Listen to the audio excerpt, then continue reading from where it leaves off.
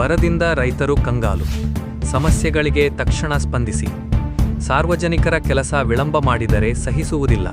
ಅಧಿಕಾರಿಗಳಿಗೆ ಸಚಿವ ರಘುಮೂರ್ತಿ, ಶಾಸಕ ಗೋಪಾಲಕೃಷ್ಣ ಖಡಕ್ ಸೂಚನೆ.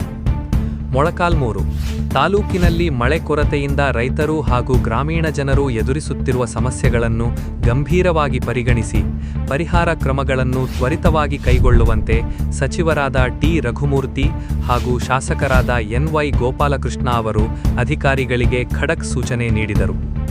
ಪಟ್ಟಣದ ತಾಲೂಕು ಆಡಳಿತ ಸೌಧದ ಸಭಾಂಗಣದಲ್ಲಿ ನಡೆದ ಪ್ರಕೃತಿ ವಿಕೋಪ ಹಾಗೂ ಬರ ಅಧ್ಯಯನ ಪ್ರಗತಿ ಪರಿಶೀಲನಾ ಸಭೆಯಲ್ಲಿ ಮಾತನಾಡಿದ ಅವರು, ತಾಲೂಕಿನಲ್ಲಿ ಮಳೆ ಕೊರತೆಯಿಂದ ಕೃಷಿ ಚಟುವಟಿಕೆಗಳಿಗೆ ತೀವ್ರ ಹಿನ್ನಡೆಯಾಗಿದ್ದು ರೈತರು ಸಂಕಷ್ಟಕ್ಕೆ ಸಿಲುಕಿದ್ದಾರೆ.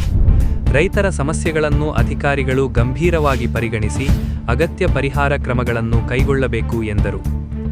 ಜಾನುವಾರುಗಳಿಗೆ ಮೇವು, ನೀರಿಗೆ ಕೊರತೆಯಾಗದಂತೆ ಕ್ರಮ. ಮಳೆಯಿಲ್ಲದೆ ಬೆಳೆಗಳ ಜೊತೆಗೆ ಜಾನುವಾರು ಸಾಕಾಣಿಕೆಯ ಮೇಲೂ ಪರಿಣಾಮ ಬೀರಿದೆ. ಹಸು, ಕುರಿ, ಮೇಕೆ ಸೇರಿದಂತೆ ಜಾನುವಾರುಗಳಿಗೆ ಮೇವು ಹಾಗೂ ಕುಡಿಯುವ ನೀರಿನ ಸಮಸ್ಯೆ ಎದುರಾಗದಂತೆ ಕ್ರಮ ಕೈಗೊಳ್ಳಬೇಕು. ಅಗತ್ಯವಿರುವ ಗ್ರಾಮಗಳನ್ನು ಗುರುತಿಸಿ ಸಮರ್ಪಕವಾಗಿ ಮೇವು ಪೂರೈಸಬೇಕು ಎಂದು ಅಧಿಕಾರಿಗಳಿಗೆ ಸೂಚಿಸಲಾಯಿತು. ಭೇಟಿ ಕೊಟ್ಟು ಅಲ್ಲಿ ಶೇಂಗಾ ಬಿತ್ತನೆ ಜೊತೆಗೆ ಬಿತ್ತನೆ ಇರ್ತಕ್ಕಂಥ ಅದೇ ರೀತಿಯಾಗಿ ಹಾಗಲಲ್ಲೂ ಕೂಡ ನಾವು ನೋಡಿದ್ವಿ. ಮತ್ತು ಬೇರೆ ಬೇರೆ ಬೆಳೆಗಳು ಏನಿದೆ ಮೊಳಕಾಲ್ಮೂರು ತಾಲೂಕಲ್ಲಿ ಅದನ್ನು ವಸ್ತುಸ್ಥಿತಿ ಏನಿದೆ ಅದನ್ನು ನೋಡುವಂಥದ್ದು, ಜೊತೆಗೆ ಕುಡಿಯೋ ನೀರಿನ ಸಮಸ್ಯೆ, ಮೇವಿನ ಸಮಸ್ಯೆ, ಇವನ್ನೆಲ್ಲ ಬರಕ್ಕೆ ಪೂರ್ವವಾದ ಒಂದು ವ್ಯವಸ್ಥೆಗಳನ್ನು ನಾವು ಪರಿಶೀಲನೆ ಮಾಡಿ ಜೊತೆಗೆ ತಮಗೆ ಡಿಸ್ಕಷನ್ ಮಾಡೋಣ ಅಂತ ಹೇಳ್ತಾ, ಈಗ ಮೊದಲನೇದಾಗಿ ನೀವು ನಾನು ಅಣ್ಣವರಿಗೆ ಮತ್ತೆ ಕೊಡ್ತೀನಿ ಕೆಲವೊಂದು ವಿಷಯಗಳನ್ನು ಅವರು ಈ ಸಭೆಗೆ ನಮ್ಮ ಚಿತ್ರದುರ್ಗ ಕ್ಷೇತ್ರದ ಶಾಸಕರಾದಂಥ ಗೌರವಾನ್ವಿತ ಶಾಸಕರಾದಂಥ ಸನ್ಮಾನ್ಯ ವೀರೇಂದ್ರ ತೊಟ್ಟಿಯವರನ್ನ ಈ ಸಭೆಗೆ ಸ್ವಾಗತ ಮಾಡ್ತಾರೆ. ಒಂದು ಬರ ಪರಿಸ್ಥಿತಿ ನಿರ್ಮಾಣ ಆಗಿರ್ತಕ್ಕಂಥದ್ದು ನಮಗೆಲ್ಲರಿಗೂ ಗೊತ್ತಿರುವಂಥದ್ದು.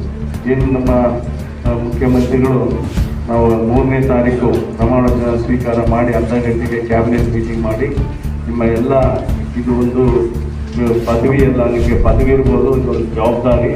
ನೀವೆಲ್ಲರೂ ಕೂಡ ಈ ರಾಜ್ಯದಲ್ಲಿರ್ತಕ್ಕಂಥ ಜನರ ಕಷ್ಟಗಳನ್ನು ಜೊತೆಗೆ ಬರಕ್ಕೆ ತುತ್ತಾದಂಥ ಜನರನ್ನು ಮಾತಾಡಿಸೋಂಥದ್ದು, ನರಕರಗಳು ನೀರಿರ್ಬೋದು, ಕುಡಿಯೋ ನೀರಿರ್ಬೋದು, ಬೇರೆ ಬೇರೆ ವ್ಯವಸ್ಥೆಗಳನ್ನು ಎಲ್ಲ 15 ಡೇಸಲ್ಲಿ ಭಾಳಷ್ಟು ಗಂಭೀರವಾಗಿ ತಗೊಂಡು ಅದರ ಮಾಹಿತಿಯನ್ನು, ನಿಖರವಾದ ಮಾಹಿತಿಯನ್ನು ನಮಗೆ ಕೊಡಬೇಕು ಅಂತ 3-4 ದಿವಸದಲ್ಲಿ ಕೊಟ್ಟಿದ್ದರು.